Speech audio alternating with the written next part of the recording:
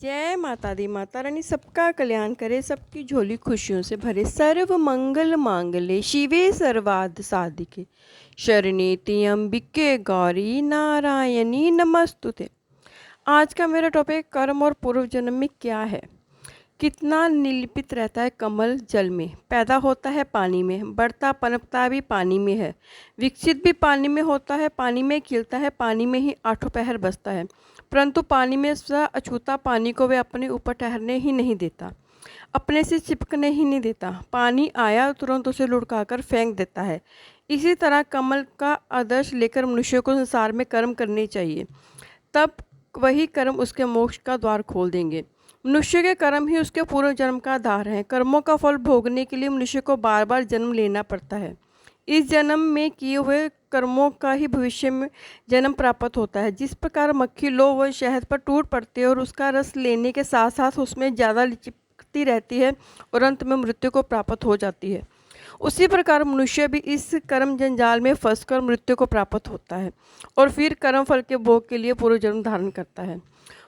पूर्णपि जनन पूर्पनि मरण पूर्णपि जननी जठेरे शयनम, अर्थात कर्मों में ही असाती के कारण जीव संसार में बार बार जन्म, बार बार मृत्यु और बार बार माता के गर्भ में ठहरने का दुष्चक्र में फंसता रहता है। कर्म ही विभिन्न योनियों में जन्म लेने का आधार है। प्रत्येक कर्म के साथ कोई कामना जुड़ी रहती है। जीवन भर में जो कामना सबसे ज़्यादा प्रबल होती है वही अंतकाल में मृत्यु के समय उभर आती है। उसी का स्मरण करते हुए जीव जब शरीर त्यागता है तब उसी के अनुरूप पूर्ण दूसरी योनि में जन्म ग्रहण करता है। भगवान देव के पुत्र सम्राट भरत महान त्यागी भगवत गीता के पृथ्वी के एक क्षण सम्राट थे। उनके नाम पर ही इस देश का नाम भारतवर्ष पड़ा। पहले इस देश का नाम अजनाब वर्ष था। अंत समय में हिरण के बच्चे को साथी के कारण उसी का स्मरण करने में उन्हें अगले जन्म में मृग होना पड़ा। प्रत्येक कर्म का जीव के चित्त पर एक चित्र सा बन जाता है। यही है चित्रगुप्त का लेखा, जिसके आधार पर जीवन भर हमारे शुभ अशुभ कर्मों का लेखा जोखा होता है। इसी के आधार पर मृत्यु प्रत्येक जीव के उत्तम या अधर्म योनियों को प्राप्त होती है। एक ही गलत कर्म से राजा इंद्र को हाथी की योनि मिली। साक्षात इंद्र का पद प्राप्त होने पर भी नहुष को सप बनना पड़ा। मानव शरीर में जितने रोम हैं उतनी गायों का दान करने वाले राजा नुक को गिरगिट बनना पड़ा।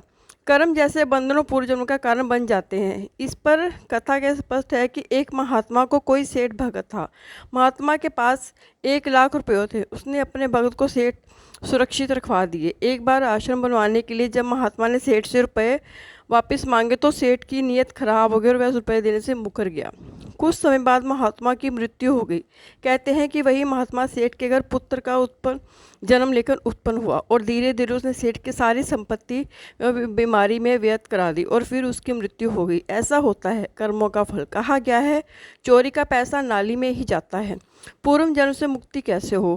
प्रश्न ये है कि ऐसी स्थिति में मनुष्य क्या करे। क्या इस प्रकार विवश होकर कर्म बंधन के फल से रूप संसार के आवागमन के चक्कर में ही रहेगा। इसका उत्तर है नहीं। गीता में भगवान की आज्ञा है कि मनुष्य कर्म करने में ही अधिकार है, फल नहीं।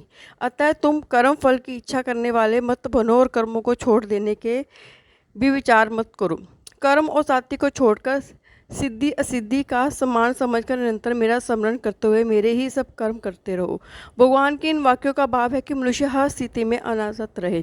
तेरे कांटों से भी प्यार, तेरे फूलों से भी प्यार, जो भी देना चाहे दे दे दुनिया के तारनहार। अनासक्ति का ये भाव है कि उसे संसार में आवागमन के भीषण चक्कर में पड़ने से बचाएगा। जिस तरह सूखे और गीले मिट्टी के गोलों को यदि दीवार पर फेंका जाए तो उनमें से गीला गोला ही दीवार पर चिपकता है, सूखा नहीं। उसी तरह काम कर्म किसी कामना से किए जाते हैं, वही मनुष्य को पूर्व जन्म के बंधन में बांधते हैं, निष्काम कर्म नहीं। गीता में भगवान श्री कृष्ण कहते हैं कर्म तो तुझे क्या करना ही पड़ेगा, कर्म किए बिना तू रह नहीं सकता। तो अक्लमंदी इसी में है कि जो करे उसे ब्रह्मापन कर दे। अनासक्त होकर कर्म कर, फिर तू कर्मों के फल से उसी निपित जैसे जल में रहते हुए कमल। जल में जैसे कमल रहता है जग में वैसे ही रहना है। कितना निलिपित छूता रहता है कमल सरोवर में जल से। पैदा होता है पानी में, बढ़ता पनपता भी पानी में है, विकसित भी पानी में होता है, पानी में ही खिलता है, पानी में ही आठों पहर बसता है। परंतु पानी में स्वतः छूता पानी वह अपने ऊपर ठहरने ही नहीं देता, अपने से चिपकने ही नहीं देता। पानी आया तुरंत उसे लुढ़काकर फेंक देता है। इसी तरह कमल का आदर्श लेकर मनुष्य को संसार में कर्मों को परमात्मा को अर्पित करके अपने कर्म फल व पाप पुण्य लिपित रहना चाहिए। तब वही कर्म उसके मोक्ष का द्वार खोल देंगे। कोई भी वस्तु जब भगवत अर्पित कर दी जाती है तब उसका मतलब बढ़ जाता है। भौतिक पदार्थ ईश्वर की समर्पित होने के बाद ईश्वर होकर विलक्षण गुणों में संपन्न हो जाते हैं। ऐसी स्थिति में निष्काम कर्म को भगवान को अर्पित करने से उनका मतलब कितना बढ़ जाता है, इसका अनुमान लगाना जा सकता है।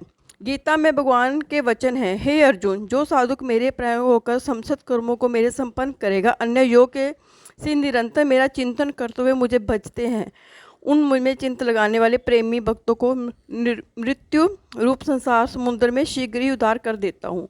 संसार के आवागमन से मुक्ति कर्मों से नहीं मिलती, बल्कि कर्म फल से कुछ भी संबंध ना रखकर कर्म संन्यास से मिलती है।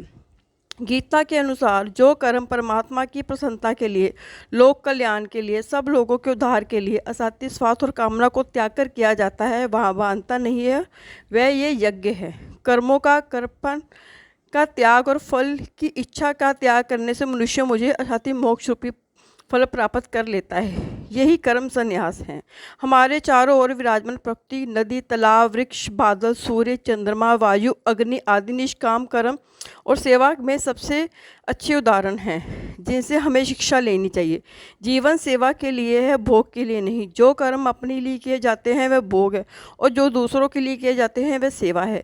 ये बात यदि जीवन में उतार ले तो जीवन यज्ञ में हो जाएगा। कर्म के साथ योग संबंध होने पर भी मनुष्य परम धाम तक पहुंचने वाला ब्रह्मयान बन जाता है। तो हमें अपने कर्मों को एक सेवा समझ के करना चाहिए, किसी लाभ या हानि के कारण नहीं करना चाहिए, ताकि हम भी मोक्ष प्राप्त करके श्री हरि के चरणों में निवास करें। जय माता दी। माता रानी सबका कल्याण करे, सबकी झोली खुशियों से भरे।